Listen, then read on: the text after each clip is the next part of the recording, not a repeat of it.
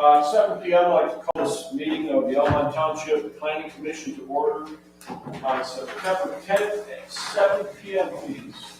All rise for the pledge of allegiance. Stay standing for the invocation afterwards.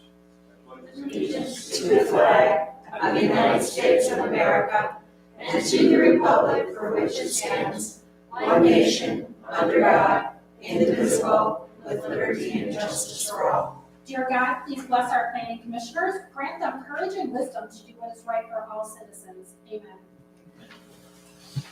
I welcome you all here tonight. Looks like we have some fresh faces out there, so hopefully you can follow along, understand what's going on. We do not have complete audio coverage tonight, so please speak loudly, members, and if you can't hear us back there, just please raise your hand and we'll try to do our best and make sure that we project it and everything can be understood clearly. Roll call, please. Kevin. Here. Nick. Here. Bonnie. Here. Andrea. Here. Tracy. Here. Dennis. Here. Tom. Here. Ida. Here. Caitlin. Here. Corey. Here. Thank you, Michelle. Moving on to the minutes, we had some ongoing edits and so forth over the past week. Has everyone had a chance to review the final revision level, draft number 3? Any questions, comments, anything to add? Yeah, I had a question on this. In the motion, page 3, to postpone the site plan for Southern Truck, I believe it was. This may be on me, but I thought we imposed a 90-day requirement. Which bullet? Last bullet on the page. Yeah, this is the last bullet, okay. And I'm gonna, and that may be because my original motion did not impose a 90-day restriction, or a 90-day time frame. But it was suggested and I agreed, so I think that's what we did. To postpone for 90 days, Dennis? For up to 90 days. Yeah, I think we did. I think you did So too. if I add postpone approval for up to 90 days, Yeah, I think that works. I will do that right now. Yeah, I think you already recall that. and that's the point I'd like to talk about under general planning. As noted by the board secretary, anything else to add? Anybody have any additional? Move to approve the minutes Support. for the August 13, 2025 planning commission meeting to add for up to 90 days. To Dennis's motion. Support. Motion was the meeting minutes were moved for approval by Andrea and supported by Tracy. Further discussion? All in favor? Aye. Aye. Nays? Motion carries. Thank you, Andrea and Tracy. Michelle? Thanks. Correspondence. We have a few pieces of correspondence here.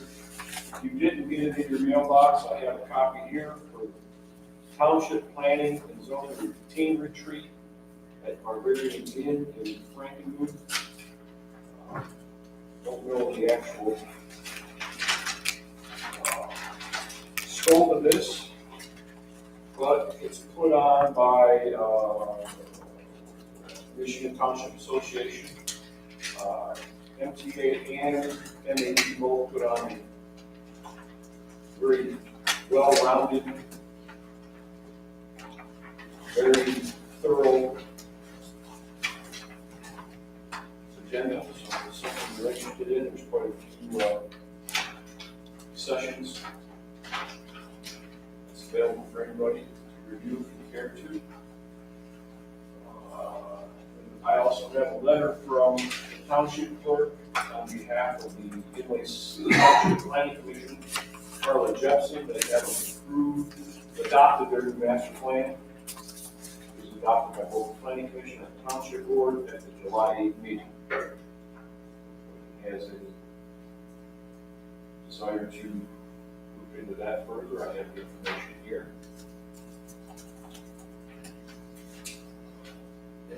Last piece of correspondence, I had the occasion to go to a Lapeer Development luncheon. As I've gone to in the past in a different capacity. In this case, it was in regards to the storage, the renewable energy storage sites that Consumers Power has built. There are several in the state. Now it was put on by the director of the gas strategy and the senior analyst. And it was an overview basically of what they're doing on these different sites to store,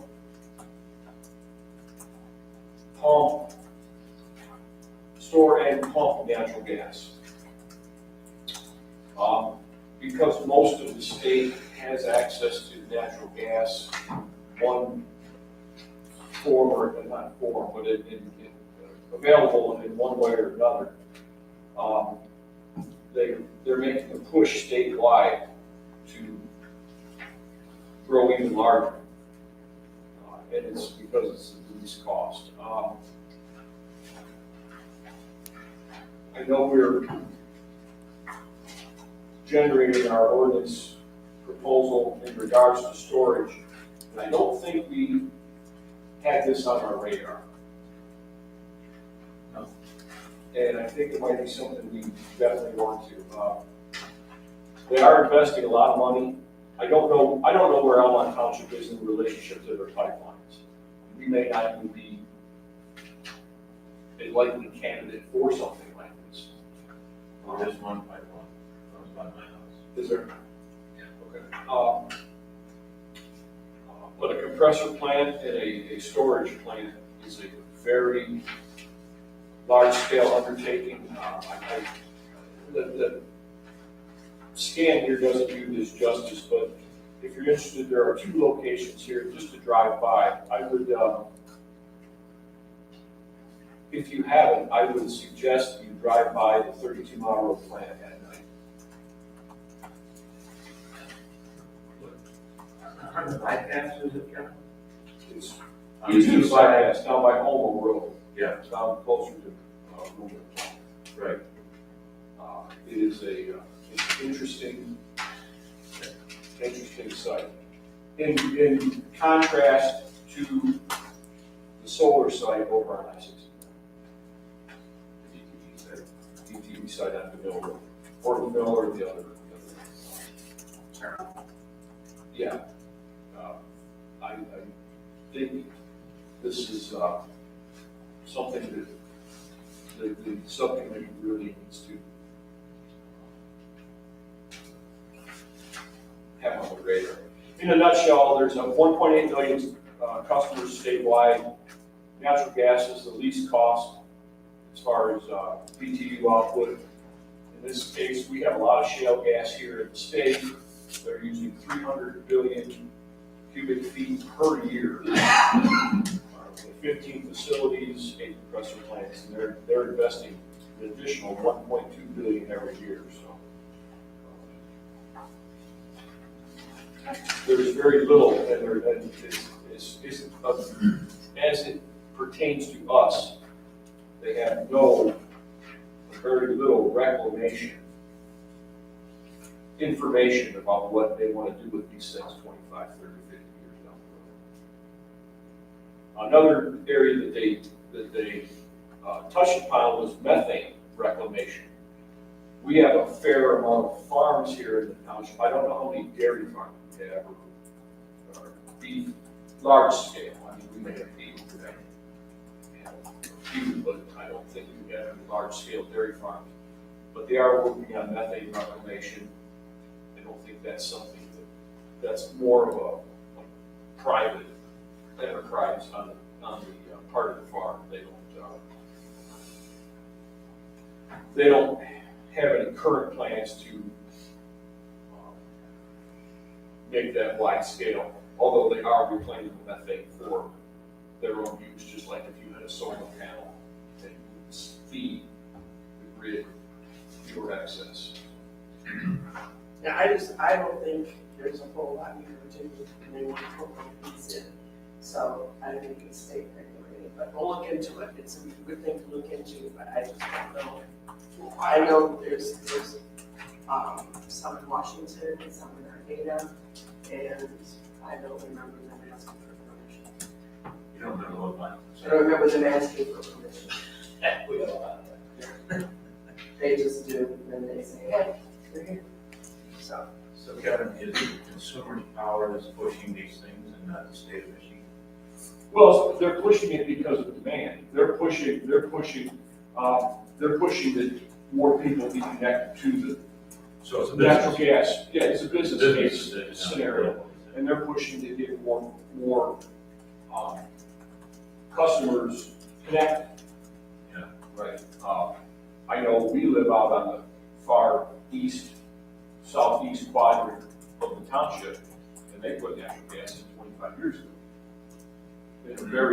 At that time, it was a very rural area with very low density. So if they were willing to come down Little Bar Road and plug everybody in, that means they're pushing. Tom, you live just down from me. Do you have natural gas? I do. Oh, you do? Yeah. Okay. Does it come down Tough Spring or some other way? That I don't know, Okay. but it's since my parents have moved here because we started out with propane. Yeah, propane. Food for thought, just something that, Thanks, Kevin. something that may pop up. Yeah. We have any public comments, anything that is not on the agenda that comes to mind? See, we have some high schoolers here. Welcome you all. Hopefully that gain a little bit of knowledge about the civic functions of the township. Any late agenda items other than what is on the agenda further down the road?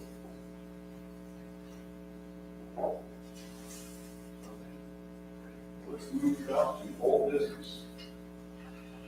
Mr. Almont.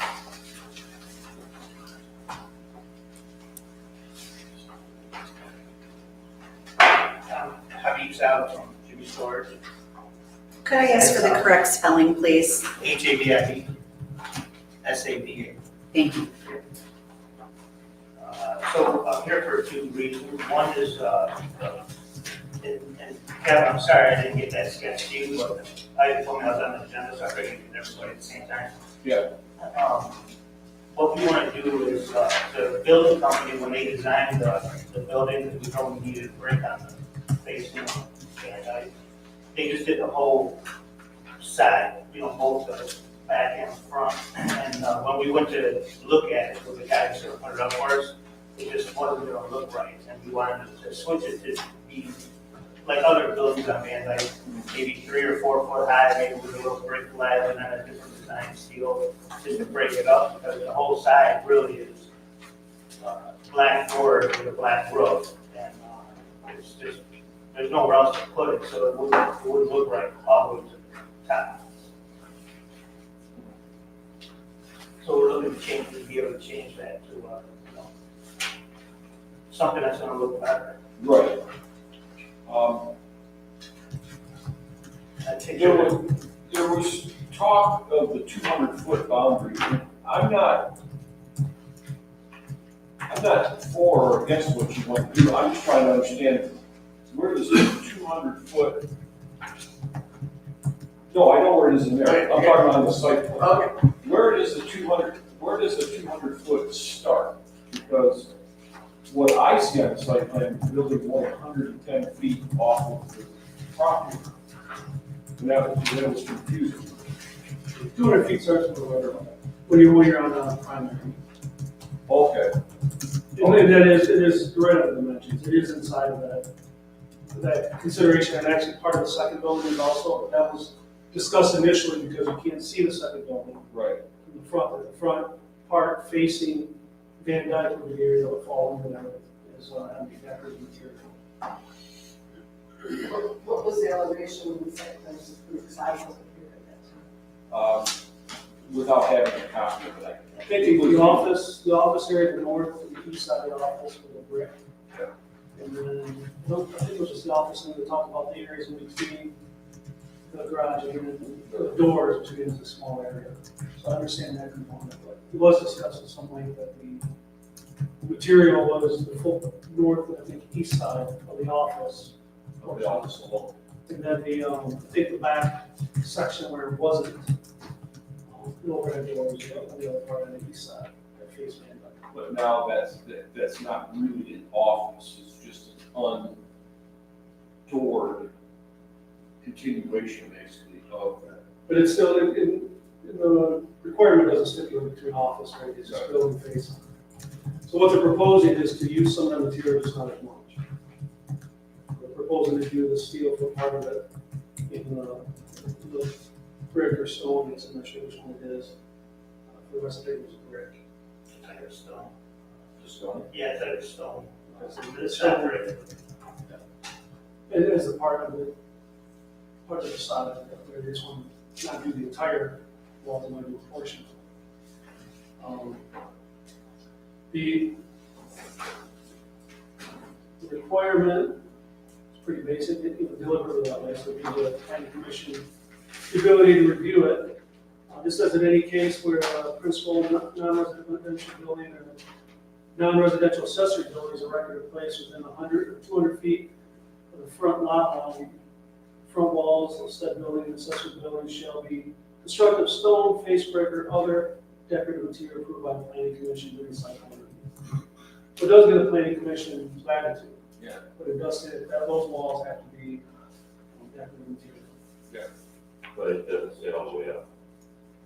It doesn't say, it just has to be the planning commission, it has to be decorative material that is satisfied the planning. The front walls of that building tells me it's the front wall. It doesn't say any portion of it, it just says the front wall. Yeah, and then again, that's a way, it's one of those things that's intentionally vague in the planning commission.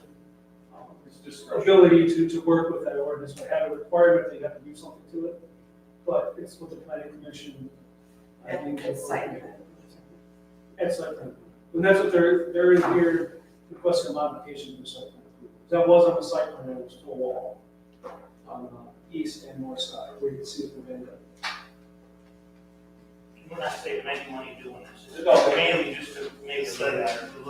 If it's a problem, then we'll do it. I was, you had given me a sketch, and I was hoping it was in here, but it wasn't. It was, no, it was actual, like a screenshot of the building with the brick on the bottom. Oh, I thought I had. I think it was that one. Well- It's hard to see. It is I think it's an example. Yeah, That's an example, that's not what. But there's other buildings that are mandated the same. Yeah, I just went down that, like, first choice maintenance, BRD, B&B, DSG, Square Deal, Vineyard Church, and Full Drive and Vet, all of that's the same. Oh, 3 foot 4 foot stone or brick, and then wilderness siding about here. Yes. Yeah, what we've done before. Well, what you had sent me an email was, Oh, I did, okay, I'm sorry. was a little more clear than this, so. that's Oh, why I'm sorry.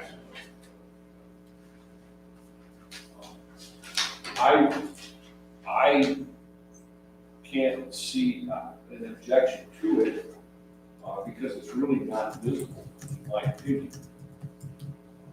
But anybody else have any? I like the breakup. I got any building gets more character. And my first time we got it all over the place. I like the breakup on the dance, but as well as it fits everything else down the corridor. Almost every building has a wainscoting correct or stone or whatever, and see it. And then you look at the character of Paul's collision or Superior Contract, and it really breaks up, not necessarily like the halfway up. They have a lot of character.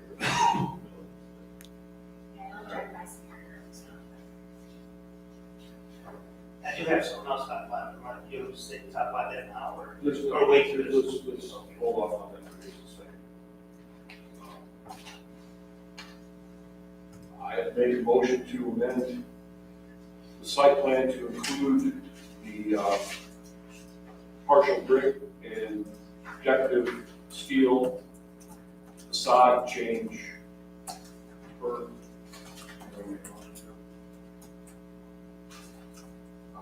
I'm under the impression I can, unless someone else wants to jump in. Yeah, I'm an active voting member. I just wanted. Let me reiterate that. I make a motion to approve the amendment to the site plan, which is number, you have it in front of you.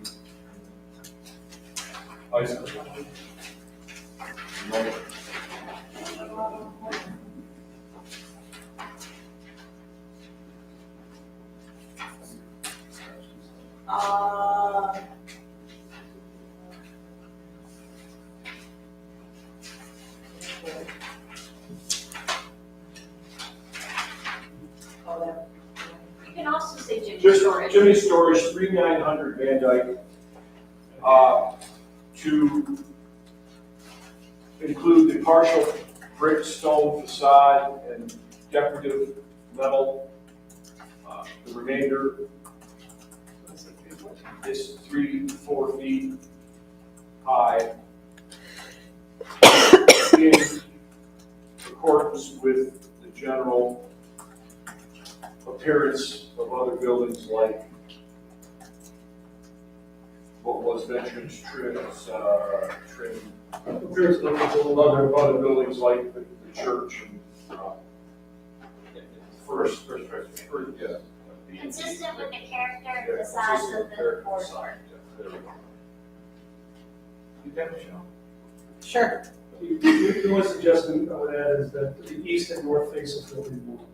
That's the only building it applies to. As it applies to the east and north face of the building. Chairman, Yes, ma'am. SLU 2301. SLU 2301. Okay. Would you mind reading that back, please? It was a little broken up. Motion to approve the amendment to the site plan for Jimmy Storage, 3900 Van Dyke, SLU 2301, to include partial brick stone facade and decorative metal for the remainder, 3 to 4 feet high, in accordance with the general appearance of other buildings in the corridor, as it applies to the east and north face of Building 1. Very good. Any discussion? So, roll call vote, please. Okay. Kevin? Yes. Nick?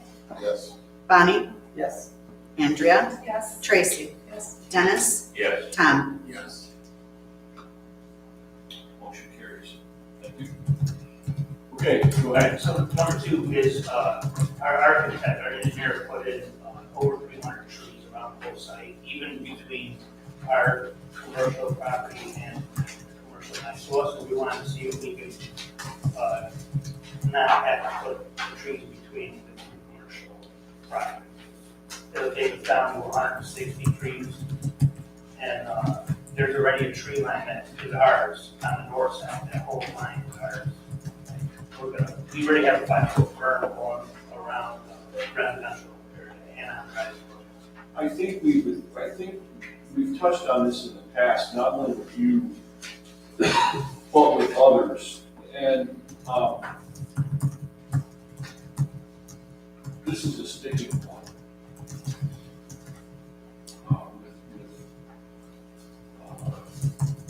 With neighbors, and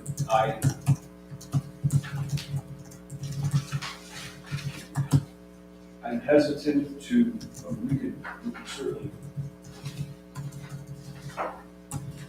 I'm hesitant to even bring that up because of some other issues with other properties.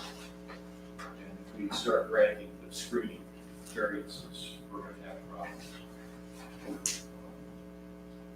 we have a natural screen that's already ours on the north side.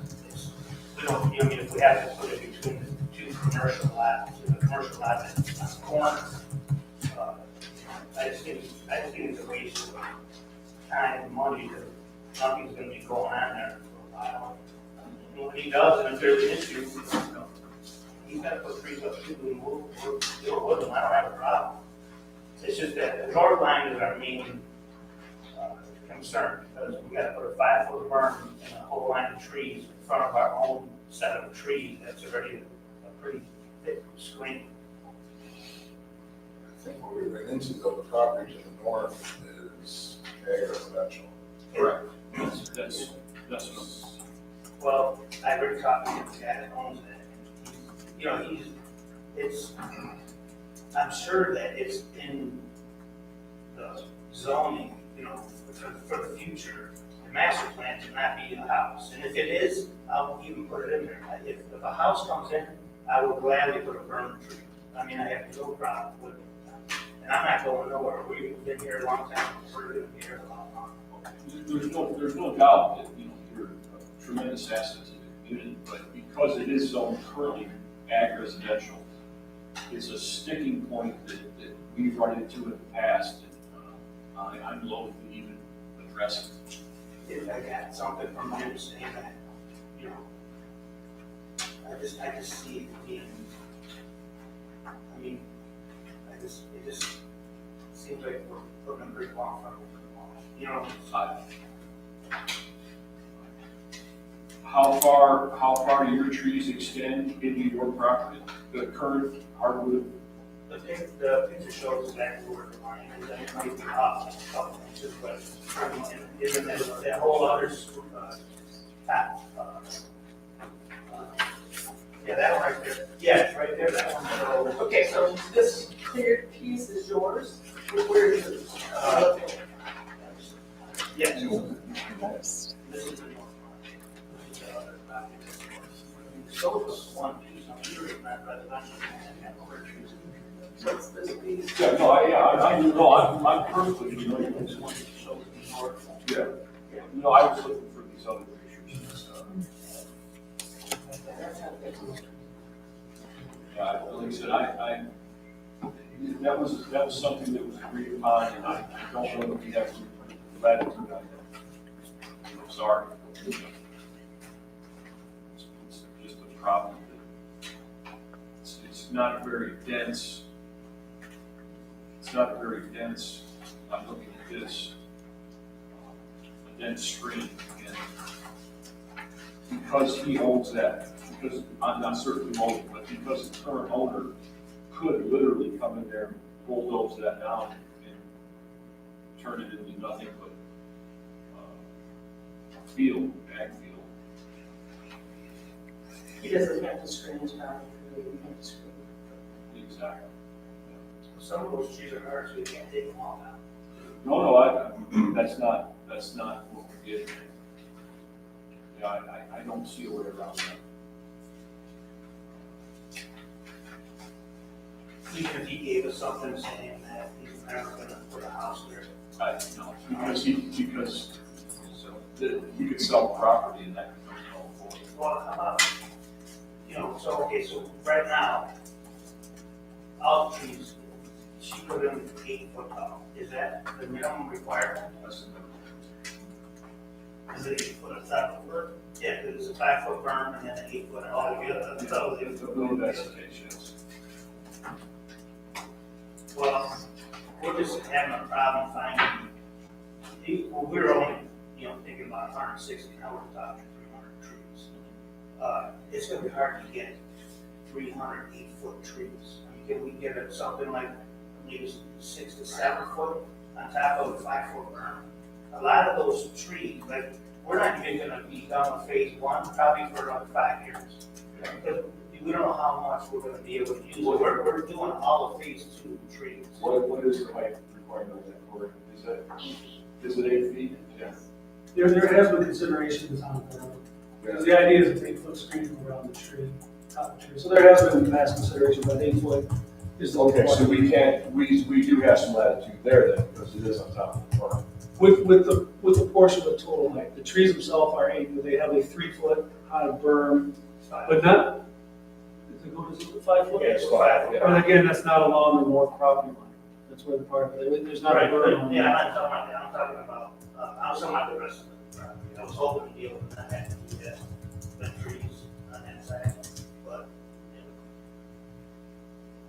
I'll just have, we have a lot of dirt, I don't just put a berm, and if we could put a smaller tree on it, then help us out a lot. I'll give you an example.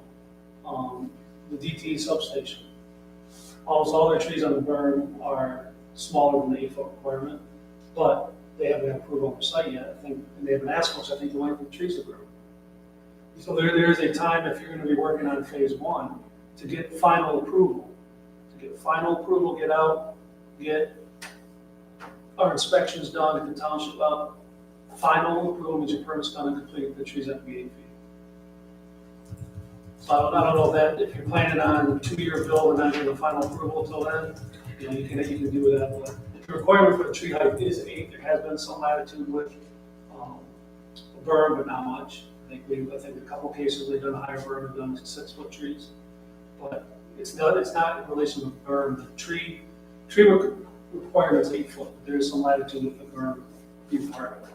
So, on the phase 2 part, on Dryden Road and on the residential side, which I don't even know if we're gonna get the phase 2 finalized.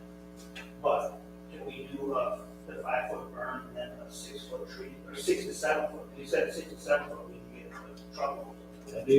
In that berm, in the phase 2 berm, that's all part of phase 1.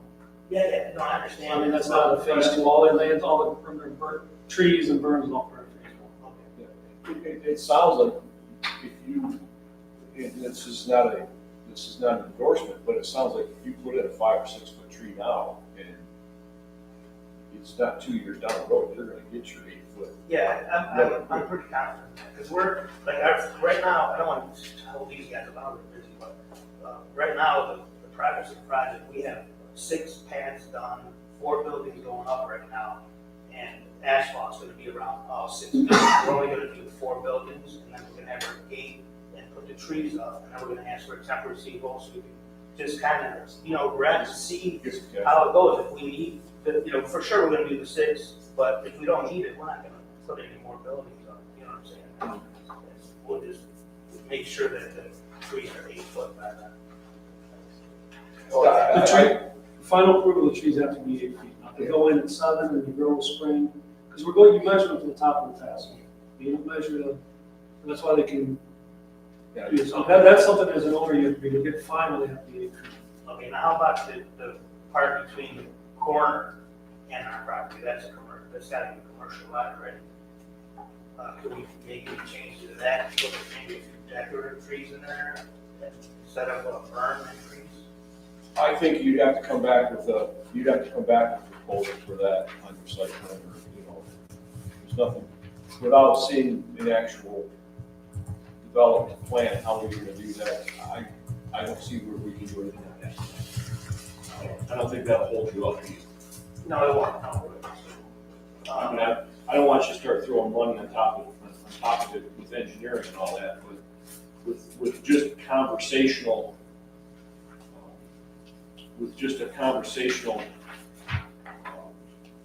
idea, I don't see how we would do that.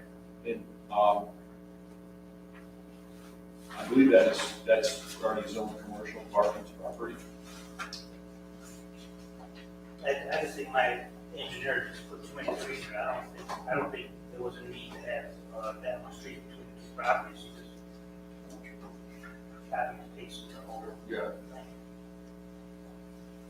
Yeah, without some additional information there, I don't want to make any direct decision on the parking side.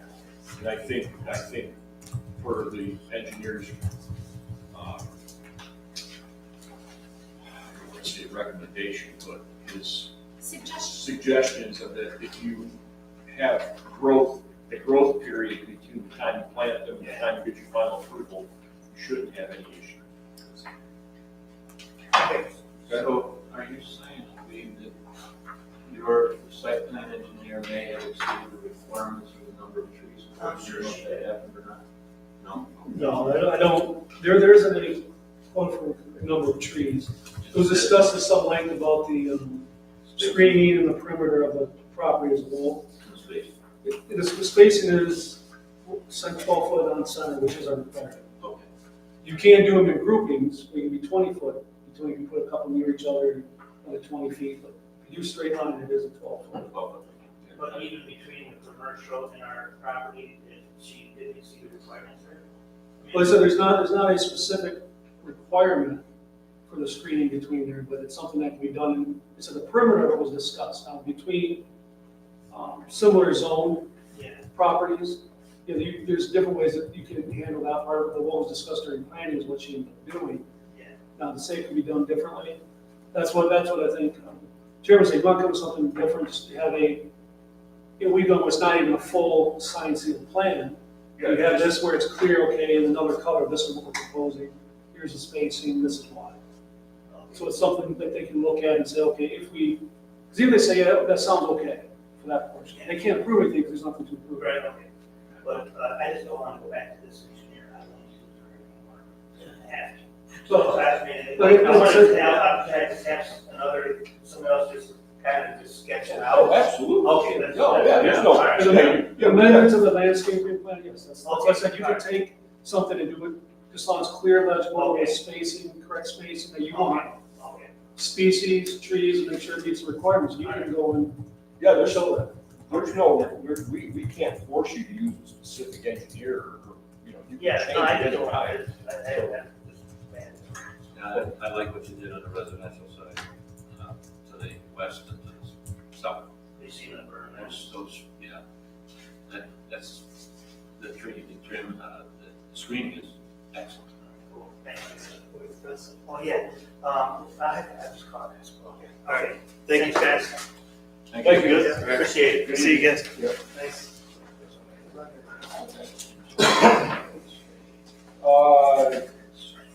4310 Van Dyke, SPE, site plan, vision.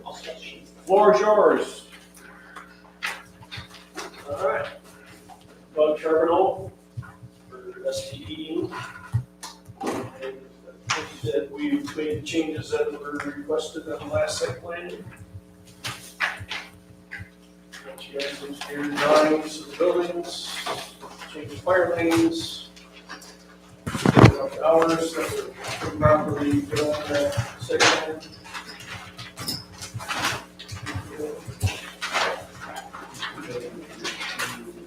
New building with the fire lane. We did change the speech on the rear building, you know, they had it as a lean-to.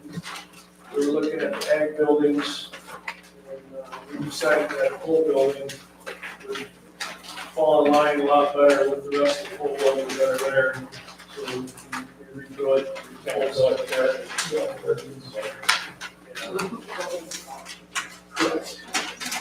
They're pretty good. Whole building is pretty good. It has its place, but probably not there. Sorry? It has its place, but probably not there. Yeah. I'm not sure.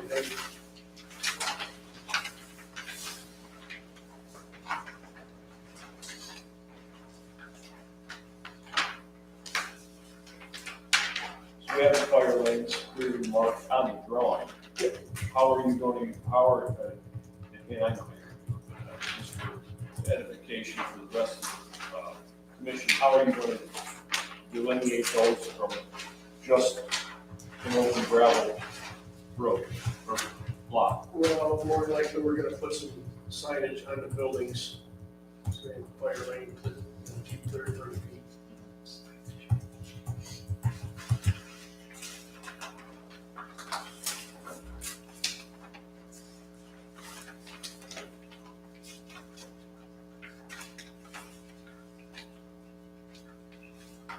Well, you've done a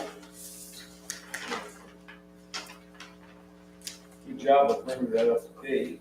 Buildings, building post layouts and all that, that's not a requirement as far as we're concerned. the elevations and so forth, they look similar to what you currently have.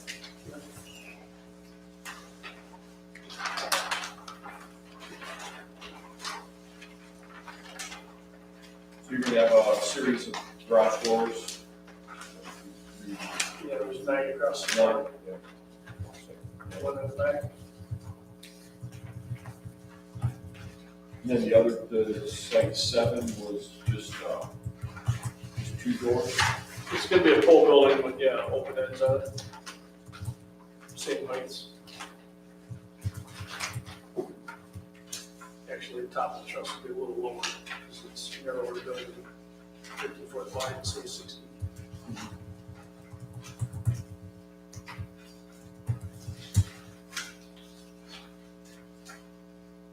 And you're looking at 20 feet, 2 inches at the sidewall, and 31 feet overall. Yeah, the sidewalls will be 18.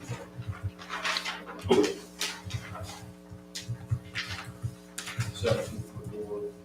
14-foot doors. Well, no, it's taller, so, Probably showing it down under the pillars. yeah. Same exact height as building 5 out back right now, as far as the sidewalls go.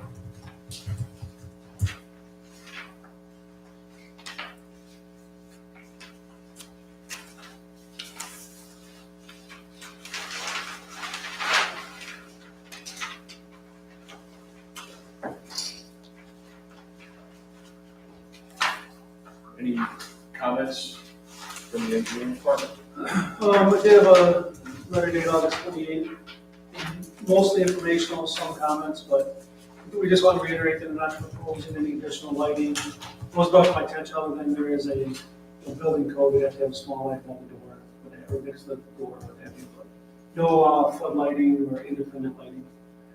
And one comment is because of the location of the building, there's additional trees that can finish that screening of that back line, things like 3 trees that are, would need to be added, because before it was the back of the building, and now it's not. Yeah. Just minor things like that, talking about the 4 trees on the south side, like the other, we're looking at 7 trees. And I didn't have building elevation at the time, that's item 3 that's been provided. And item 4 is just informational that we approved, like special land use for improving the surface material that matches what they have currently, and they must keep it dust-free and draining. So no, I really don't have comments to address. Majority of comments, I think, other than the 7 trees. So where's the trees I know are going behind the building, 70 foot? And this is where just finish it right behind the building with them. You've got a Finish it gap, before, you just got a gap there, yeah. Up on here, get that here, and then because the building was in this corner, just put finishing that little guy. Just, they wanted to mirror what we did here. That's it. That would finish the trees and the screening that was discussed. Other than that, and they addressed the other items. Yeah, I just don't think up the site plan, that's the first thing that jumps out is why those trees stop right there. You're talking across the fence that you're gonna move the fence west.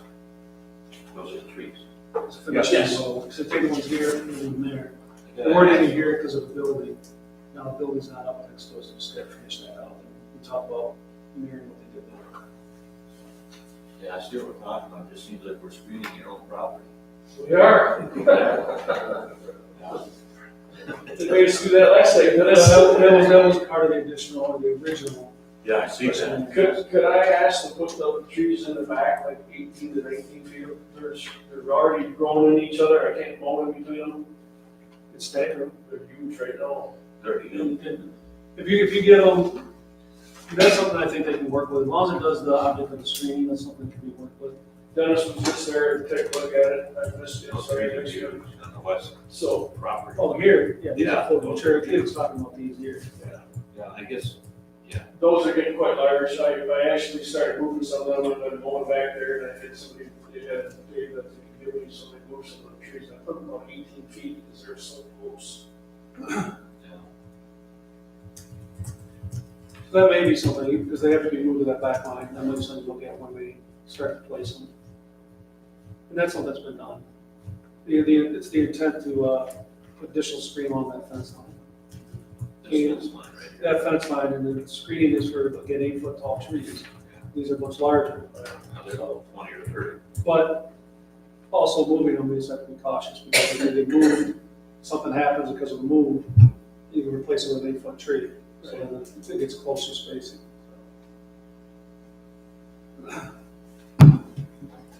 So what I would say with that, we can work with the planning commission, we can work with that during construction, while you're working, while you're moving, we can make sure everything works out.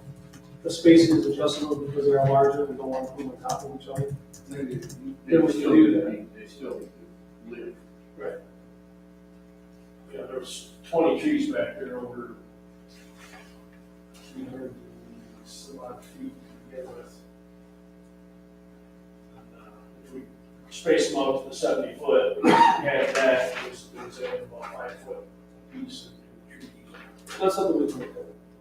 And again, I don't think it should be I don't recommend it be a motion, yes or no, I think we can look at it during construction.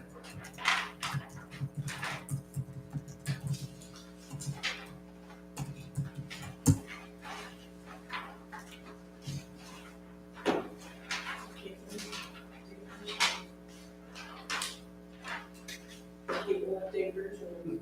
I'm sorry. Caitlin, did you update yours? I didn't do the review, or wasn't on board yet. Okay. So no, okay.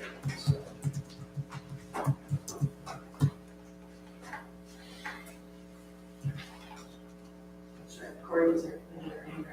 Yeah, you always double tap there. There you go. Or, yeah. Double pay. Were you smart enough to ask for double pay?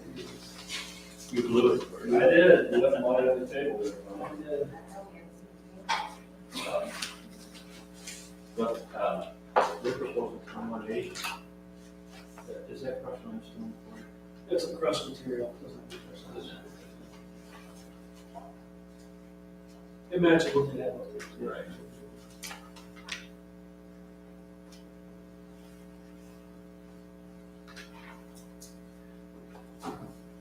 So,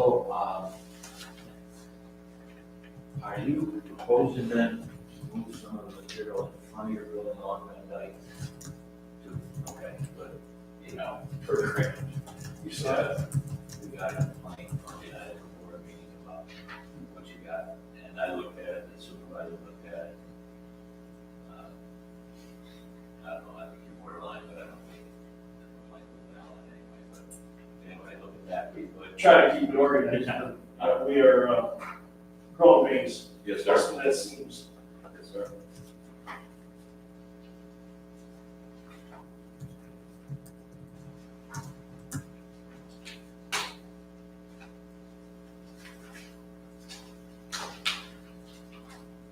Anybody care to make a motion? I'll make a motion to approve the site plan for STE at 4130 Van Dyke. Which one? 4310 Van Dyke. What day did you receive these at? The drawings are dated August 27th. It was received on August, received on August. Wednesday. Yeah. Thank you. We received it the same. But you want to see the revised big dress of trees, correct? I'm just gonna do show. Yeah.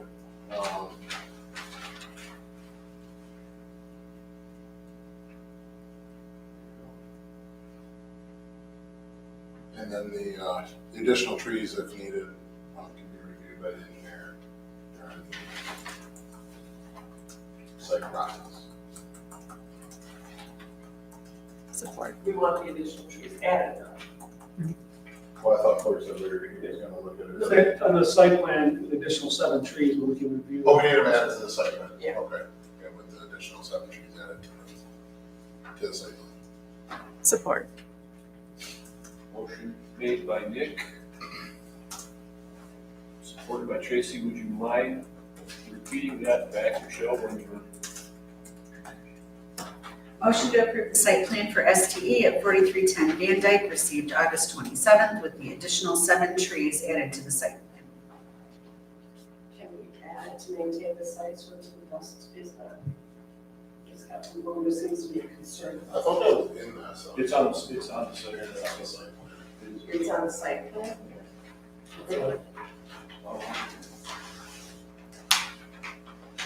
Oh,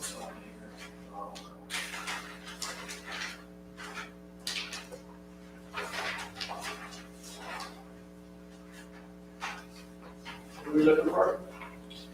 dust. It's a note about, the dust control was in the original site plan, so I'm gonna stay with that anyway. Well, this is the site plan now. Yeah, it's in there. I thought No lights there, but Yeah. no signage. No.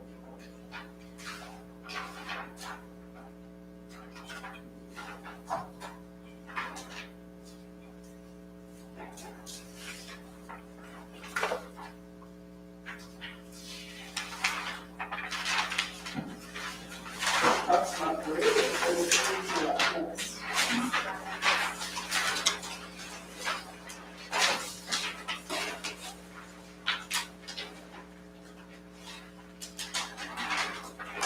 Oh, the trees are notes.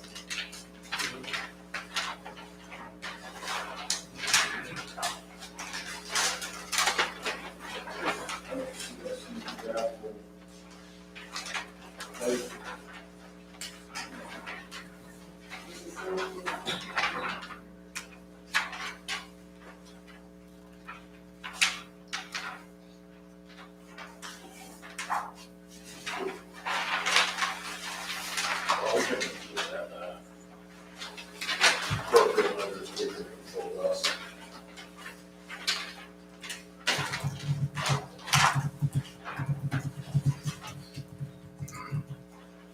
So with the additional 7 trees added to the site plan and appropriate measures taken to control dust.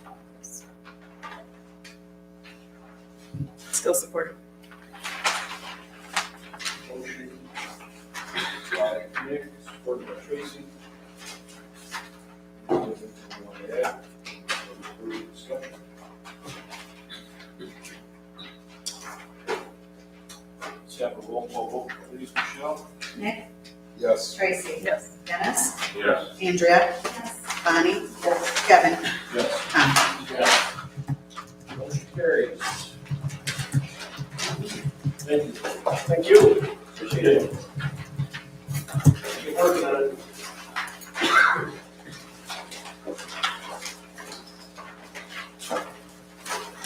At this time, before we get to the meeting, our young chargers would like to step forward, we can sign your paperwork for you. You've been here an hour, I think that's qualified. You're certainly welcome to stay as late as you like.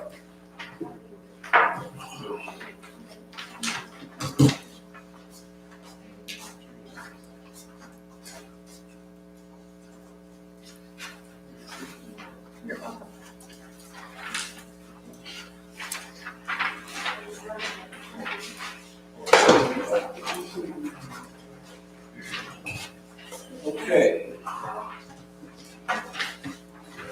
Planning Commission bylaws. Okay. That one's so nice. Oh.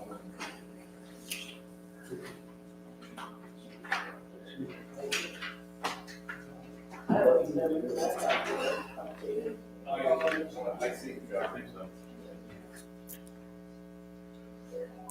Those that have put forth the effort to prepare these and revise them and edit them have done a fantastic job.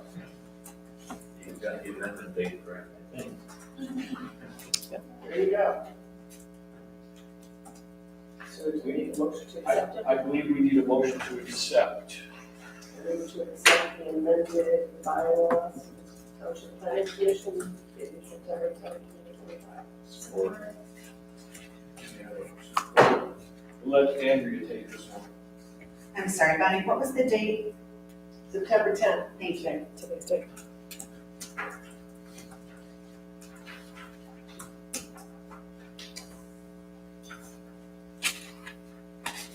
Are any further discussion? Maybe we need to take a roll call vote on that one as well. Bonnie? Yes. Andrea? Yes. Dennis? Yes. Kevin? Yes. Yes. Tom? Yes. Tracy? Yes.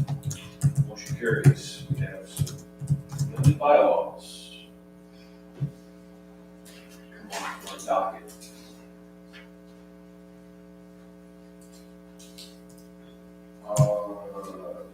Subcommittee on solar energy. You know, we're still in a bit of a holding pattern there. Yeah, I would say so, Kevin. I think as a result of switching from Alex to Ben, and Ro has another gentleman they brought on that's very familiar with solar as well as Ben. We're seeing some different approaches to different things, changing in terms.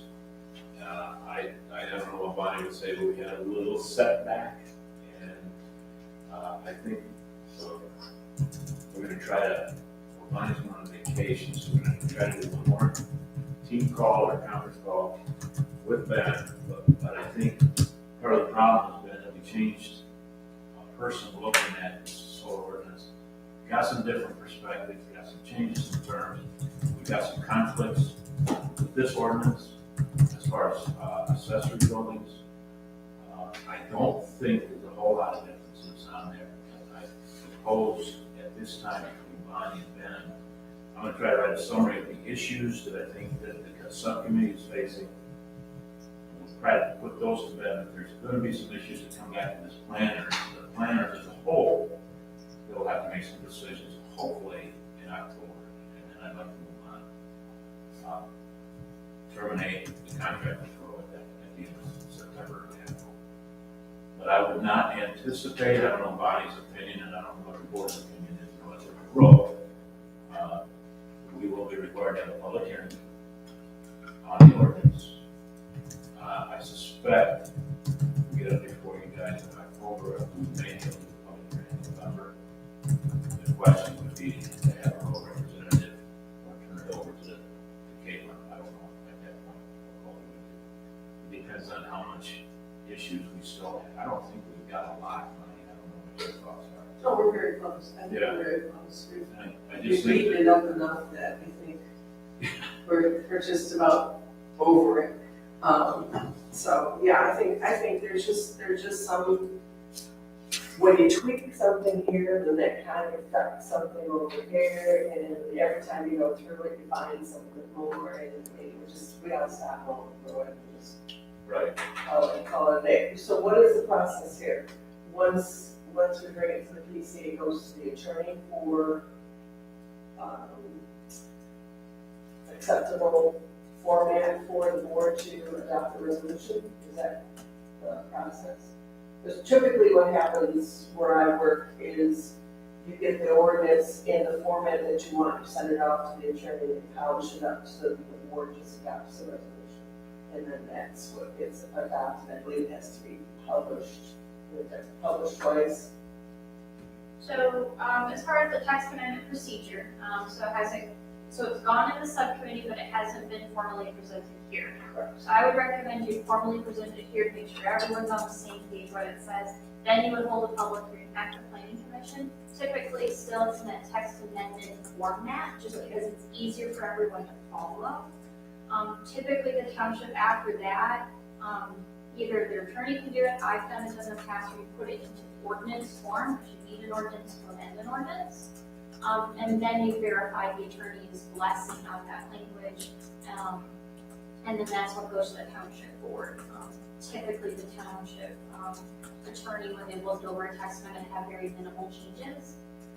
If we have more concern for that, then I would suggest you have the attorney look at it before the public hearing draft, but typically the conversion from ordinance 1 to 9 takes place between PC and Township Board.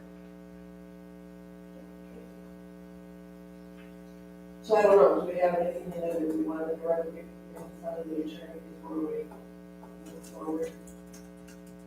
I think our hold-up is, this ordinance talks about accessory buildings, and in our table of uses, we tag accessory buildings all over the damn place. And I'm not sure that this isn't the problem that we're having, and I think we're gonna see that when we get into, Caitlin's proposal to look at this thing. This thing needs a hell of a lot of work. And accessory buildings is one of the things in here that we have run into with the solar ordinance that's creating a problem. I also see a lot of residential homes in the township with solar panels in their yard. I don't believe we have a record of anything being done by meeting like a current ordinance with those. I'd be surprised. Oh, no, it goes through the permitting process. So yes, Oh, yeah, it gets an electrical, permit. I review the zoning, making sure that it's properly placed, that they met the ordinance, because when they apply for it, they get a copy of the ordinance. We have a nice picture that, Will had, provided for us when he was doing. And, they know exactly how it's so there supposed is to an work. application process. Oh, yeah. Oh, yeah. It's Oh, already. yeah, that's It's not, already in. it's from the residential side, we get, that's fairly well laid out. Whether it's roof or on ground, it's all reviewed. Okay, good. That's where we're at, and I hope we get it back to you guys by October. Fair enough. I mean, I don't, that was a huge undertaking, just that, and I'm surprised that with all of the changes that we were able to get this far. This quickly. Well, Bonnie says we keep finding things, there's a whole heck of a lot of documents, it's a moving target for the state of Michigan, Michigan State University and University of Michigan. And there's more and more documents that are coming out that tell you how to do this, And I attended their class last week, talking about solar ordinances, I'm almost going, it's like, I don't want to change it anymore at this point. And fortunately for Almont Township, this kind of has slipped off the, near-term, clear and present danger for our township at this point. But to your point, Kevin, earlier, batteries and maybe now these gas fields are more important. We don't have anything on either one of them. Well, but just for DTE though, there's maps out there already that said, show you where the solar cycles can be. So it may not be DTE, but it may be somebody else. And that's probably the hard part. And from a commercial standpoint, battery, or the storage, I shouldn't say battery, but the storage sites may provide more bang for your buck to a non-public commercial operator. Right. Because they buy low, sell high type of thing. That's why it's interesting that your gas fields are pushed by a company that's in the business for making money, and you got the government pushing solar. And I just find it hard to believe solar is a way to go, but that's just me. I mean, if we want to build solar, we'll build it on expressway highways and medians instead of using an agricultural property or cutting down trees. Both are valid arguments. Yeah. Lots and so forth. Okay, thank you. On to our planner. Welcome aboard, welcome back aboard. Ms. Haggett, from Wade Trim. Anything you'd like to add? Well, I'm happy to be working with the township again. I continue to work with the village of Almont, so just haven't been here on your lovely Wednesday for month. But happy to be working with the township and getting refamiliarized with the process and what you need and getting that done. Thank you. So I know in your packet, one of the things I provided, one of the items you alluded to earlier is doing the zoning ordinance update. And so a few questions I wanted to pose to this group to get a better idea of scope and processing and things of that nature. Just run through a few of these and get your initial reaction to them. So currently I'm working on doing an update in Almont Township and Alameda Township. One of the things we've really found success in doing is doing it through a subcommittee format. So not that the planning commission isn't riveting enough without talking about all the zoning provisions. That's what a comprehensive update is I go through every sentence and say, does this make sense or no? And we purge everything. That's a comprehensive update. But I find in these subcommittee formats, what we do is we just essentially go through an audit. So I, on my own, kind of go through every section and flag different things. Either it's these need to change because of case law or other precedents. You could change these because it's more, this is the typical range. Or food for thought, these are things that you don't address and could address a different way. Do you like that idea? So that's what the subcommittee would initially focus on, is looking at all those different articles and giving a general policy direction. For some of my subcommittees, there might be an item where, you know what, accessory building, that's a hot topic issue. That's something we really want to talk with the PC about. That's not something we feel comfortable dealing with in our subcommittee format. And we just flag it and we bring it back here. Same thing with any other major policy shift. That would be something that's flagged and very quickly highlighted at this planning commission meeting. But the subcommittee helps us get through the audit, the very technical jargon, while the planning commission during the remainder, you can still conduct your normal business and things of that nature. So typically the structure of these subcommittees, typically it's been 2 planning commission members, sometimes 1, sometimes 2. It's been a township board supervisor or other administrator that's associated with it to help with the policy direction and those that are actually working with the ordinance. But typically these are smaller groups of 5 people or things of that nature. Some of my subcommittees specifically, they like to meet every Thursday for a whole month, and a rapid fire approach is what I call it. We meet Thursday mornings for 2 hours and see how much we can get through in the course of a month. Other communities, they don't quite have that level of flexibility or ability of their members to meet. And so they say, well, we can do it every other week or every couple weeks. Other communities have done, well, let's meet 1 hour before the planning commission meeting. That way you're not giving up an additional night or a morning or an evening. And then we meet for that hour. It takes a little bit longer, but you're still diligently getting through it as opposed to us as an entire board with all the other items on our agenda that we have to address. So my general note is to discuss, do we like the idea of the subcommittee, and would that be something that you're interested in trying?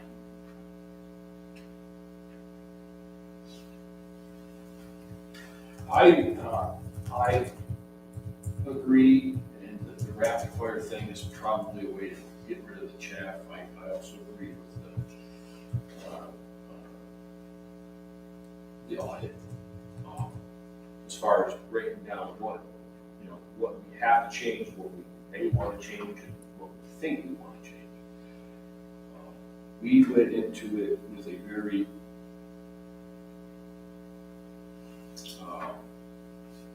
deep view, and we started cutting it apart. And I don't think we were wrong, but I think we got a little bogged down.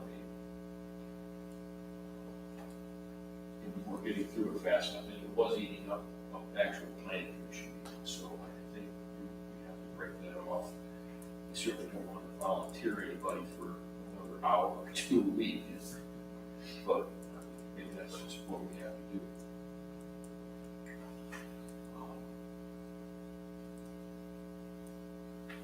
Anyone else have an opinion about subcommittees? I think it's probably the best way to do it, because our regular planning commission agendas are getting busy, and there's times when there's peaks and valleys on anything you do, but you can't predict that. Like Kevin, I think you said, we did it under full planning commission. I think Michelle did an excellent job of taking notes. I don't know if she captured all the discussion, but we only got into section 2 a little ways, and that was like an hour and a half or. It was like 12 pages. Yeah, whatever. Wasn't. And we also did that without a planner too. We did it without a planner. And that was the other problem. Yeah. And so when we walk into these audit meetings, you get these a week ahead of the So you walk in already predetermined, these are the sections we propose to revise, and these are potential ways you can think about doing them. So it does require homework, to be due diligence, as good as it is to explain, but my job is to make sure that you clearly understand the policy choices and the positives and negatives of those choices, figure out which one makes the most sense for your community. So it sounds like subcommittee generally appropriate. Once we designate who those individuals are, that's really when we can talk about a rapid fire approach or not a rapid fire approach. But I'll put in there to do that potential subcommittee, and then we can verify who should be on that subcommittee. I recommend always not numbered, because then you don't have even votes, because I don't vote. And so that's what we'll try to strive for. So we can see who would be interested in doing that. The other component is that many different firms have various brand, as it were. So Rose brand, which is what's currently in the current zoning ordinance, is a work product. They have their table of uses and their table of use requirements. We have all the requirements in this table sorted that way. The Wade Trim brand ours is also a work product result. However, we don't have a table of use requirements. We go a more traditional route, and we can put those in a separate article. So it's not as difficult to flip between pages front and back. You don't have 11 by 17 and 48 that you're going back and forth. And so that's something that we would propose as part of that slight structuring, is to take out the table of uses. We still have a table of use requirements. We still have a table of uses for you to use. We similarly keep to your current traditional layout anyway, but that would be the biggest functional difference between your ordinance. We would not have the parking requirements and the table of use requirements. They would be in the parking article in the table. That's how we typically do it. Is there any pro or cons? I just want to change. It is, I use the zoning ordinance probably more than any of you guys do, because it's the daily document I use. And it is cumbersome to go from one part to the other part, and then they go, oh, wait a minute, you gotta go to this over here, and this gives you the rest of the story. I liked our previous format where everything was there. You went to parking, all parking requirements there. You went to this subsection, everything was there. You weren't looking through and going through a chart, and the prints were small, and people are getting confused. It's just more, to me, it's better organized, and more friendly, user-friendly, than all these charts and things that, we have now. And, because we're all searching for something, we know it's there, right? But, if we go to, special land uses, everything is there. You go to parking, everything is there. If I go to residential, I'm not going, oh, wait a minute, you see this chart over here, but the animals are over here. So it's just nice that you can organize everything in place. And like I said, it's user friendly. That's fine. That was my comment would be, it was cumbersome. It is. But I remember when Rowan introduced it, oh, you're gonna love this. The other thing our brand does is trying to make it more user-friendly at the beginning. We have quick reference sheets. So the idea being that if somebody's looking, residents care about where they can put their chickens, where they can put their accessory buildings, and so we put that on like the third page in and say, if you're a resident, here's the chicken. So we have a little chicken icon. We have accessory buildings, you can click the accessory building. So hopefully, and we can make unique icons, so a few different things. If you know these are live issues, we have a development one too that's more standardized. But for residents specifically, we find that as a more user-friendly way to click a button and it takes you somewhere else. That's fully hybrid. Now we put the section underneath it, so if you're looking at printed, you can still find that section. So we're hoping to help people looking at this 150-page document have a little bit more ease of saying, I just want to know where the chickens are. And, oh, here it is. And so that's why we put it to the brain component. But we have that quick reference sheet. The other component is associated with time frame. So I know we're excited to update. We know that there's some issues. This is a very major undertaking, and we have the holiday seasons coming up. So part of it is these meetings are best done when they're sequential, because you don't want to forget something you decided the previous meeting. It makes it a little bit more difficult. So what we would propose is that we would clearly be able to do phase one, and we would start that with the subcommittee in January. So that way we have enough time to figure out who those members are, get approval through township board. Wage Trim will start working on the audit in the background, but we're not presenting that material until we get into January. Work with the subcommittee if it's every other or every couple weeks or whatever the case is. One of my subcommittees, we try to meet every other week, but some weeks everyone's off on vacation, so we just skip a week. But we're more diligently getting it through. So that would be my proposal on the time frame, and then after the subcommittee finishes, we would then present that to the planning commission as the draft ones. And so then that would be where we would go from there. And it's, I have one thing, it says here, with the holiday season, depending on the invitation of subcommittee, we will plan the audit meetings by April 2025. Is that 26? oh geez, yes, thank you. I'm just making sure I have. Yeah, and so depending I'm on sure. when all of those holiday seasons take place, things of that nature, if we wanted to start closer to January, February, that's something you could do, but I wouldn't expect drafting of that actual text amendments or things of that nature to take place until April. It's anticipated that this is going to be a very comprehensive update with a lot of changes, so we'd recommend adoption of an entirely new zoning ordinance, not a series of text amendments due to that. One of the things I'm aware of is that we have some different recommendations that are relatively nature from the master plan. And so my last component was regarding township board collaboration. So I don't know how, obviously you are aware of each other's activities and things of that nature. Some of my communities, they really enjoyed having a pre-public hearing meeting with the township board to say, so these are the highlight big topic issues, and make sure everyone's on the same page when it comes to the keeping of animals or the accessory building provisions before it becomes a public hearing draft. The PC says, yep, this is what we want, then it gets the township board, and they, oh no, people don't want that, they actually want something else, and they go back and forth. So I didn't know if that collaboration meeting was of interest prior to getting to that public hearing. What do you think the board wants to say on that? Where I think a lot of times, when I talk to the board members, they rely on this panel as the point of persons of experts, along with their planner and engineers. So, you probably have info on what they want to. yeah, I think it's worth talking to the board.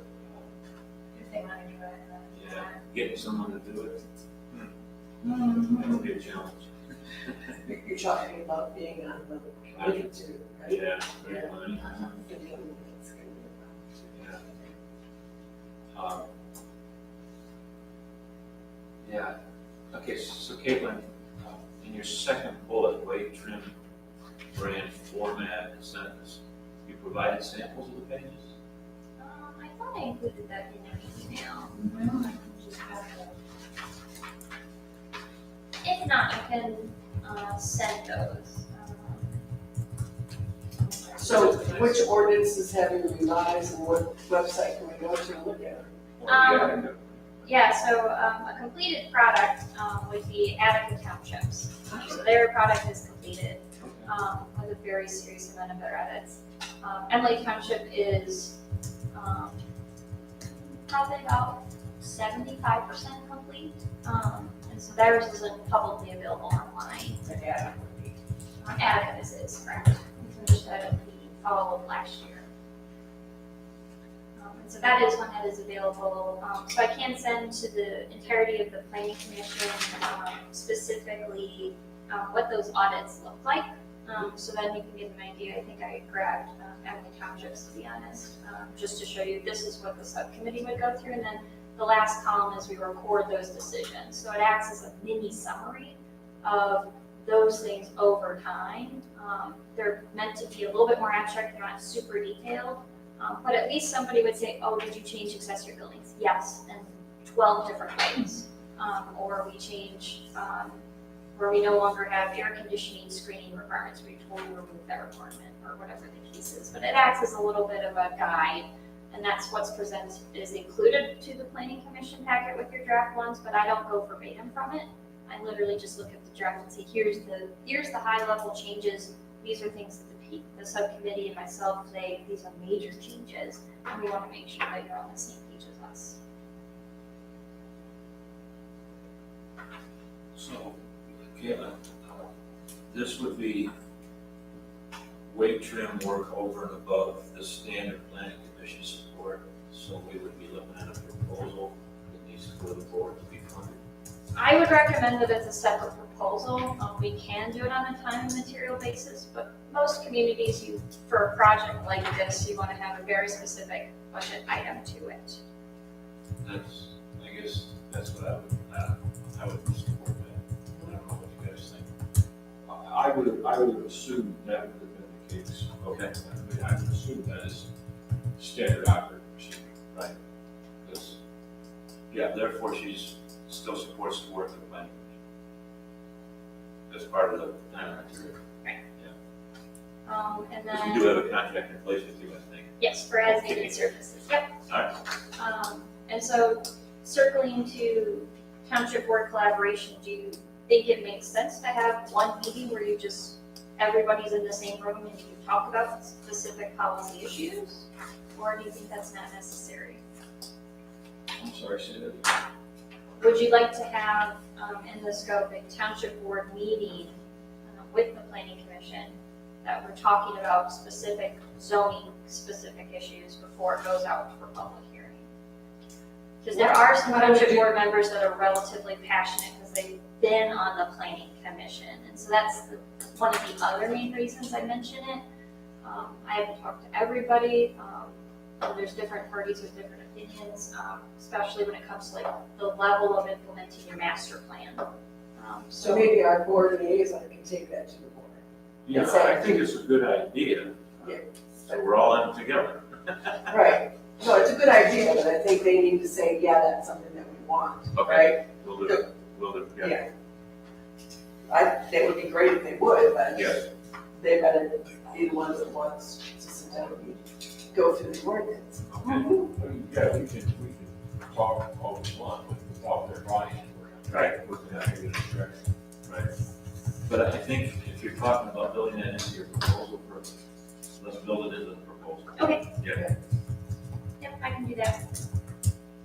So that's going to be my next step in the process then, is to develop that formal proposal scope to do a comprehensive update of that zoning ordinance. Does the planning commission want to review it prior to it going to township board, or do you want it to go straight to your township board? I don't see a need to review it. I think we have a general understanding what our intentions are. Yes. Well, and Dennis, you want to take a look at it maybe before it goes to make sure that we've got everything on there? Yeah, I would like I think, I'd like we need to look at to it, see you do that. yeah, It's, just to make sure. we're on the same sheet as Caitlin.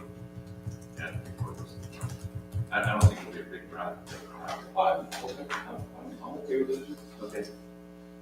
Because then, I know one of the things I already asked Ida just before the meeting started, but I'll be looking to see, have text amendments been incorporated in your Word document as a good starting document to begin with? What's the current status of your zoning map, and making sure all those amendments are included in the starting point for our discussion? Because nothing's worse than saying, well, we rezoned it 3 years ago, but we forgot when we redid the map and I copied an old version of the map, and then we essentially unzoned something. So we're trying to make sure we have all the amendments to begin with. Same thing with if there's anything that you've been working on since my absence that hasn't been incorporated. I don't want to lose language either. We worked on all of those different components.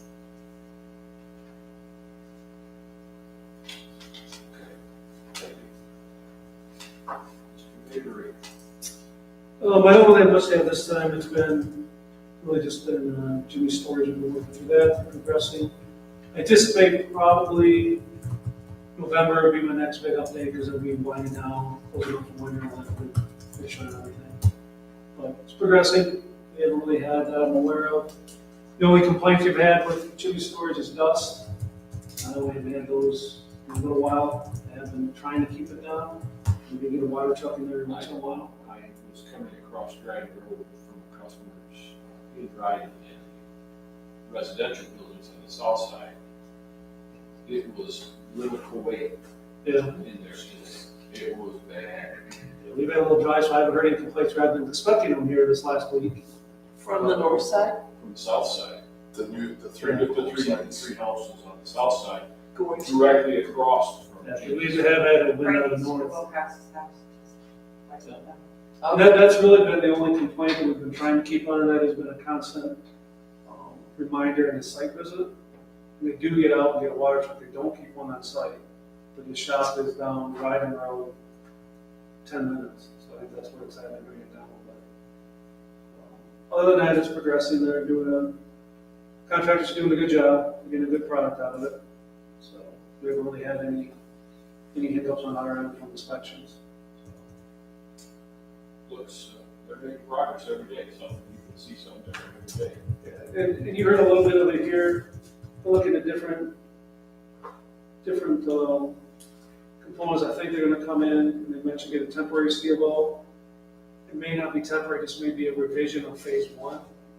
So I suggest if they do this, they do a phase one, phase two, phase three, if they don't wanna wipe it all off. Because phase one is pretty big. If they have a two-phase project of that size, that's a big project. But I said to get a C of O, there's things they'd have to present. They can't just stop at the end and just have everything open on the other part. You have stuff with safety, the fences have to be up, the gates, there's things that aren't at where they want to stop, that they'll have to provide to get that C of O when there's 6 buildings versus the 12 or 16 real phase one. is that all paper and stuff? Is that whole, It's all asphalt, yes. is all that? Yeah, they're proposing to base it and then do the rest when they build an addition, which we do, we just keep money. So dust is only while they're building it, and Yeah. dust is not gonna be an issue. Yeah, and that will be another consideration too, is that the areas that, because they have put the storm sewer in for all of phase one, that's all that. So they can't leave it, and that's part of the talk, they can't leave it to where if they're gonna not do it, it can't just be open clay, sand, whatever, so it'll always be dust. On the other portion, we'll have to have some treatment for that, some way to manage that, that's where they're gonna stop for. Is it fiscally reasonable to do some of that twice, is the decision they're gonna have to make? Because we will be, with that being open, we will be holding money back, but typically we don't. If this is what they want, phase one, they're done. We refund what's there, when they come back to do an additional phase, as long as they follow the plan, they come to the planning commission, say we're going on this phase, and it's a little more to it than that, but it's a fairly easy step, there's no engineering review or anything like that. And I told them this, unless the requirement changes. And if they sit there, they come back and something changed, well, they're gonna have to update it at that point. But, so they're doing a good job, they're progressing, I think they're just, as you heard tonight, I think it's a bigger job. It didn't look as big on paper. When it was laid out, it's a big job. And I think that's what you were hearing tonight, is that once you go from paper to real world, it's a little different. And if they get those berms in and vegetated, that would definitely Yes. help them with the dust, Yes. because that's gonna help contain it on the site. That's probably what created the dust, they built the berms. Yeah, well, they're moving a lot of there, it has been dry for the last month. So. But I think that's the biggest mover we have here. The cell tower, I forget the name, Warren Glover. They want to get final, I've done a little back and forth with them, they're not yet. Structure's up, fences are in, it's just very ugly. They haven't cleaned the site, they haven't done drainage that they have to do, there's some punch list items, but the structure itself and things, I think they still have to go through electrical and some. Well, they keep asking for, final, we keep saying, you're not ready, you're not ready. You have violations, you have to take care of it. That's not our fault. Yeah, well, it's all part of the site, so. As the owner of the site, that is their ultimate responsibility. Always, Yeah, that's what we tell them. It's pretty easy when the finger pointing does this, and we just point at one person. But yeah, that's where they're at. The other one goes It's gonna say dry. North end. north of Dryden and Okay. Thank you. All right, SDE, shall I contact them as far as a refund? Yeah, you can. I was gonna put together a little punch list for them. Okay, They selected it. because I know we were talking, they need to get going. So, Yeah, we have to have a pre-construction meeting. They have to post their fees, the bonds. you get that together Yeah, then? I can do that. I was planning on doing that. Okay. Nothing to report on ZBA? Oh, one little thing for the ZBA. I take that back. Mr. Klein moved the trailer, so hopefully, the first next week will be getting back his security bond. What was this? 4112 Shoemaker Road. Oh, you need that in here. Is it They have- temporary unit? Oh, the house, Fire. fire, yeah. Right, there Okay, was a temporary trailer, they Yeah. put the trailer, Yeah, so I didn't. that is it didn't coming to click, a but conclusion. Yeah, I'm sorry, You you were there. yeah, should they come back to the ZBA? No, oh, okay. It's just an update as to that being. Yeah, because I knew that they approved the temporary building. They didn't come back. No, it's just we have to make sure that it's removed before we do a CFO, and then if it's removed, then we can refund their security buffer. So other than that, nothing to report. That'll lead right into you, right? Okay, well, gas stations seem to be very popular. So can you say that? Gas stations seem to be very popular. Oh, I had a villager come in, he has 4 clients who are looking at purchasing the corner of Boardman and Van Dyke. There's like 4 lots there, it's a zone C1. They want to put a gas station. That's what they do. East side? Yeah, where is it? Yeah, northeast corner. Northeast corner. Which, if you looked at your planning, magazine, it was on traffic. There's some, I know that most of it pertains to freeway, city traffic, but there's good articles in there that if we're going to see more activity on Van Dyke, I hope 93 people don't have to die to get a light at Off Road, but that's the count, that's what MDOT wants in. So hopefully, if Blake's wants to expand, if the gas station goes in, if the gas station goes in here, and Jimmy's Storage gets open, and there was another accident at the Country Smokehouse again this morning, so, So there's one also in Hollow Corner too. yeah, oh, was there? 6 o'clock this morning. Okay. This morning? Yeah, I heard the fire, so, all of this, I think we, maybe, I don't know, I mean, we put it. our engineer or our planner can help us. You know, how can we get MDOT to take it seriously? Yeah, Or we're, Then you gotta get people to slow down.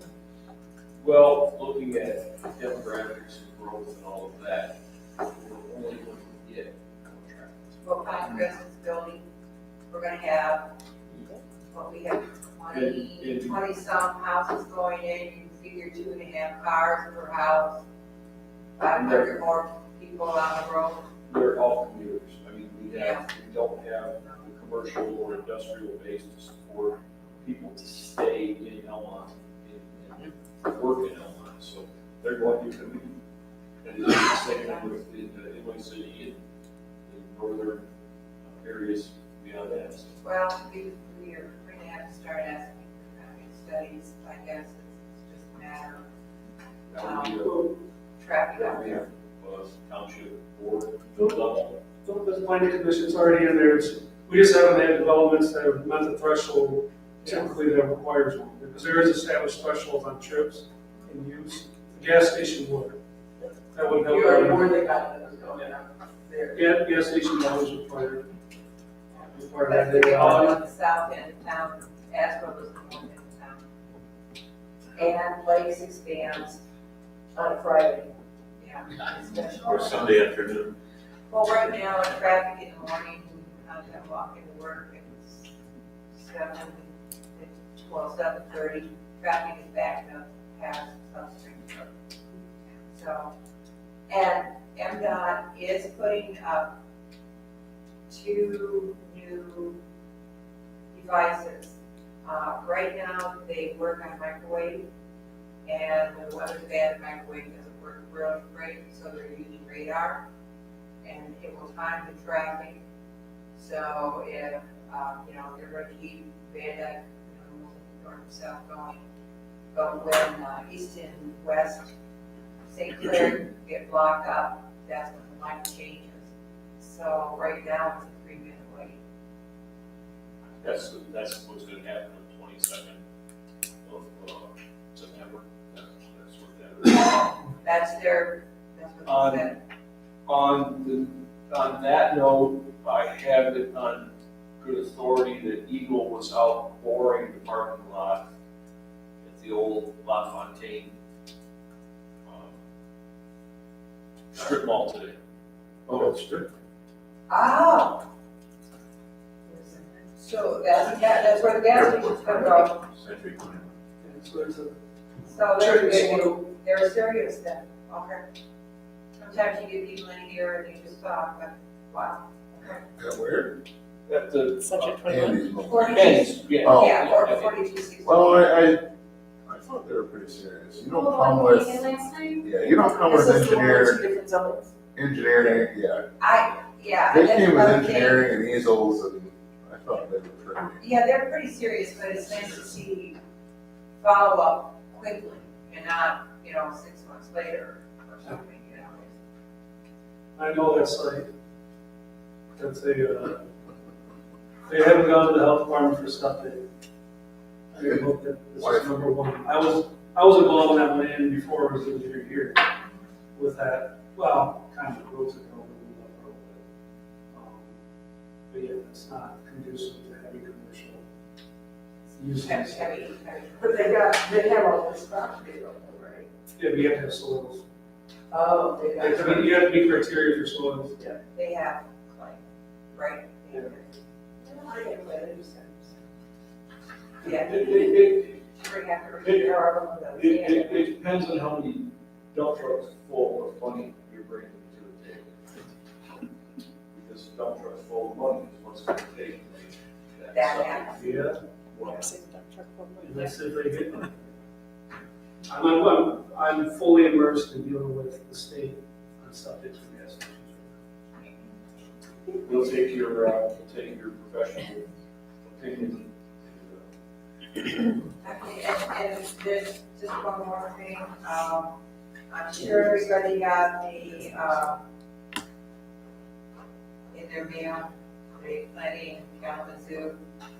I talked to our township clerk today, she says it's really very expensive, because, the class, one day, maybe like $230, I think that's no big deal.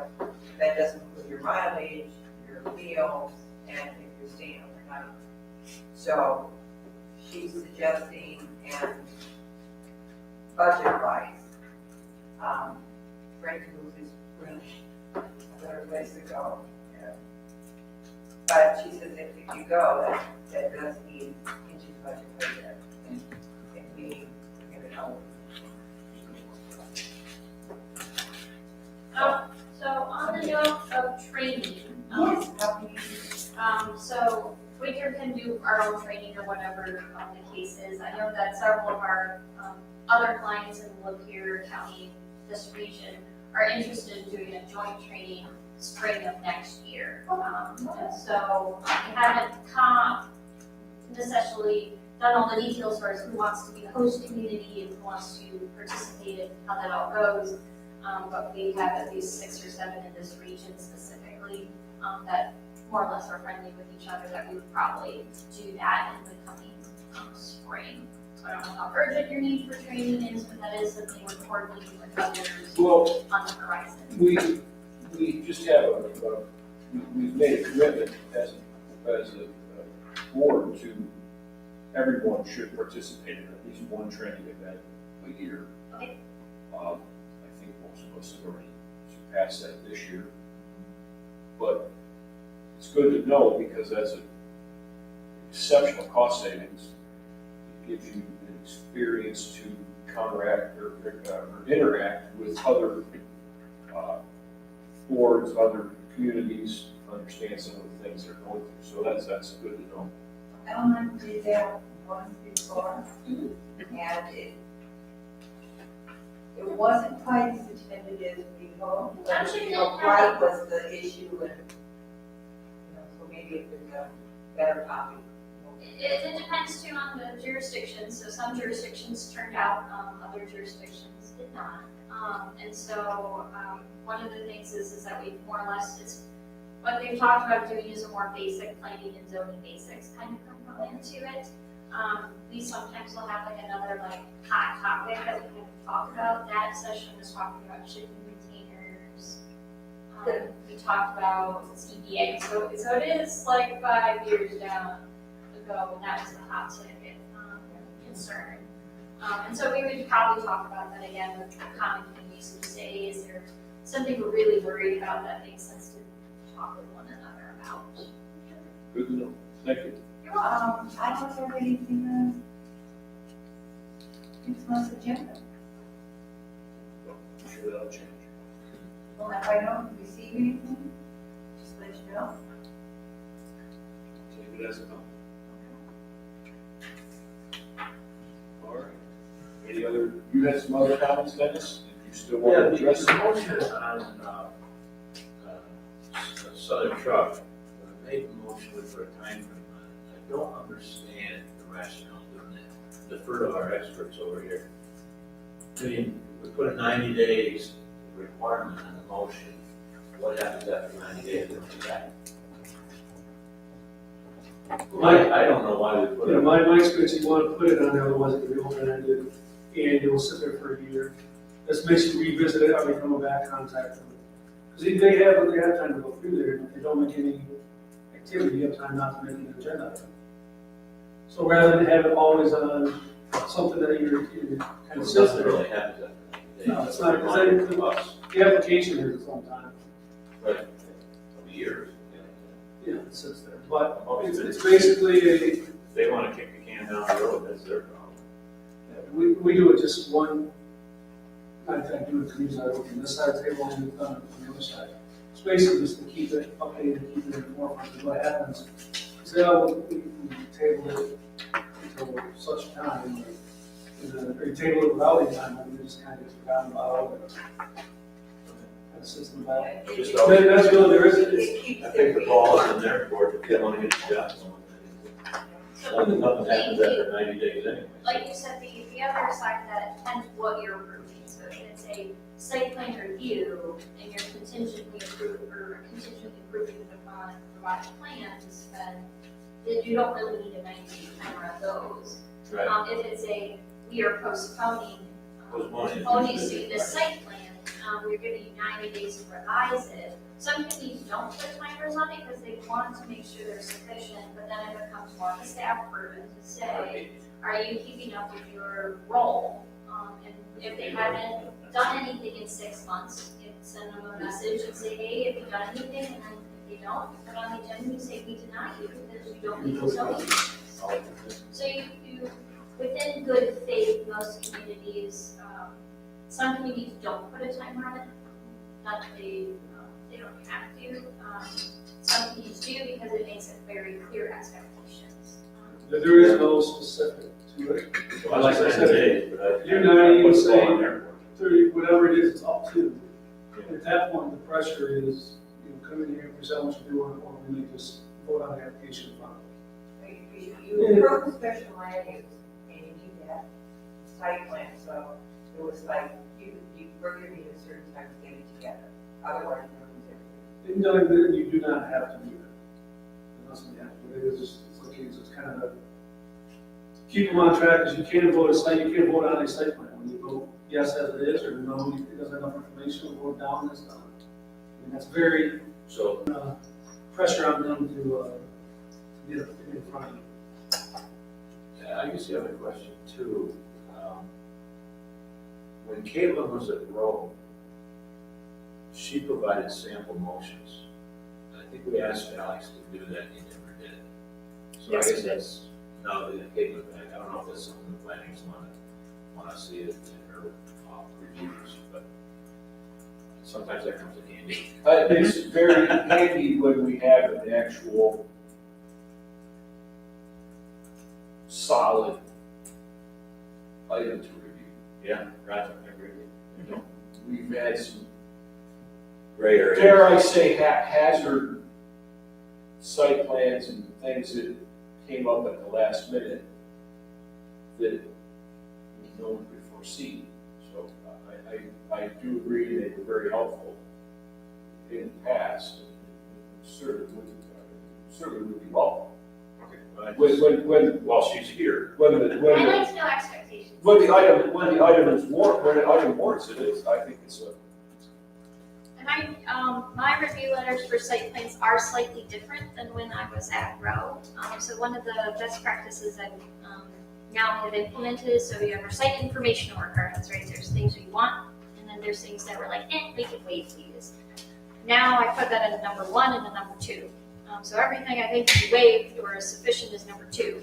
And so then your simple motion can be, Caitlin's review letter dated blah. We agree that these are sufficient or waived under site informational number 2. Yeah. And then you say for your motion contingent, it's Caitlin's review letter, we want all of those required elements in number 1, and then you can go through others. So we've tried to make some different strategies as far as making sure my review letter and Corey's review letter are meant to be more detail oriented. Dependent upon the conversation, sometimes your motions need to articulate that too, but the intent of our review letters is to be the base point of these are the compliance issues and using those as part of that motion. Mr. Chair? yes, ma'am. The set of plans that we received from STE, are these the plans that are going to get stamped, or are they going to be revised with the additional trees shown on them? They will need to be revised ultimately. Or do you want to wait until it has, I need to know. I mean, there may be an as-built. There's an as-built in last. Yeah, that's right here. No, I would say they would think we should add the trees and submit the 3 copies of these things Okay. with the PDF. I just want to make sure, I don't want these. I don't see those as being complete. Okay. But I want to know. And the dust issue. It is on this one, but this is outdated. So like I said, that's a good comment, because so the 7 trees we talked about, that I can mention too, is we did put the general note on, shall be made dust-free. No, that's a good, Because it is a requirement of the ordinance to have that surface. I mean, it's built in, it's always good to have it. I didn't know about it. so because it's on their original, it should be on these too. Yes. Yeah, the things that are on this copy should carry over to this. Okay, so I They are understand not. things not approved, okay. I still don't understand why we're screening his own property. That just baffles me. That was a It's a double row screening, is what it is. It's contested. still 300 feet from the property line. But he doesn't have to put it there, right? He could put it closer to the property. You could have. Well, the complaints are from the west side and the east side, or south side from property owners. We're screening this mowed lawn. That was It a, makes sense to me. If you're gonna move these freaking trees, move them to the property line. That was his choice to put And there, the it wasn't initial- us telling him to put Yeah, it. but we just added Well, 4 more according trees. to the first plans, they wanted that screened in, that's the planning commission they the wanted. initial site plan was at the back. Yeah. Yes. It follows through on the SL to be where they're on that back fence line. The only reason we added the trees is because there's a hole now, because they moved the building. That's. In the fenced area, it has to be screened, so with the slats and the trees, not the trees. Well, That goes back to the initial, not this one. This one's just keeping it. see, I think that's something that this ordinance is driving us to those requirements. It's a cost to the applicant to do something, like you said. I'm screening my own property, and it's got an expense of how many damn trees plus moving the vehicles. I don't know if that's, and yet we get complaints from the south property line people in the west side. We got his mowed lawn screened. But he could have, on this updated SLU or site plan though, he chose to keep them at the back of the fence.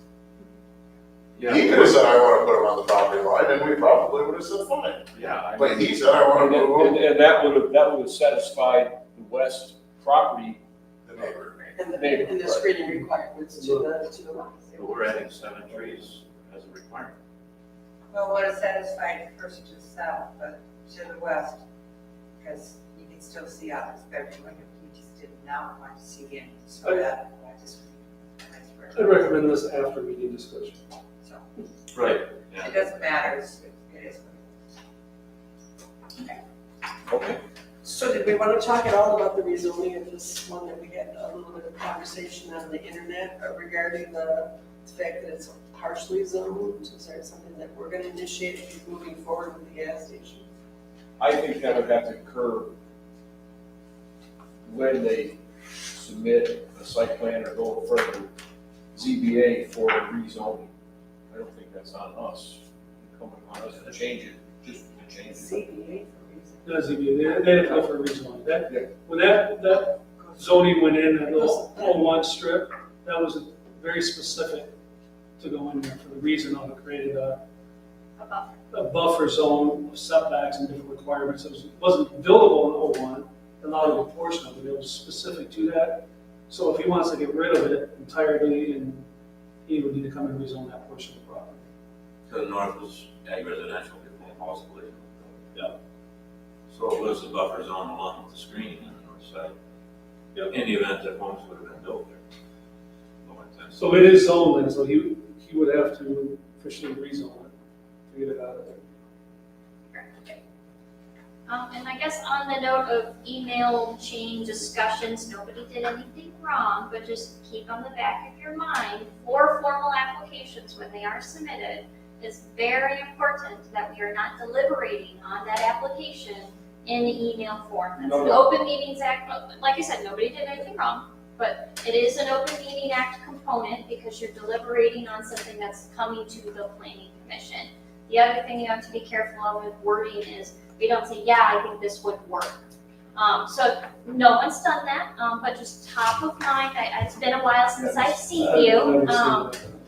And then the other thing to keep in mind is that in case law or whatever the case is, when you don't say something, that is acknowledgement of a yes. So just because you did not contribute to the email chain does not mean you're in the clear.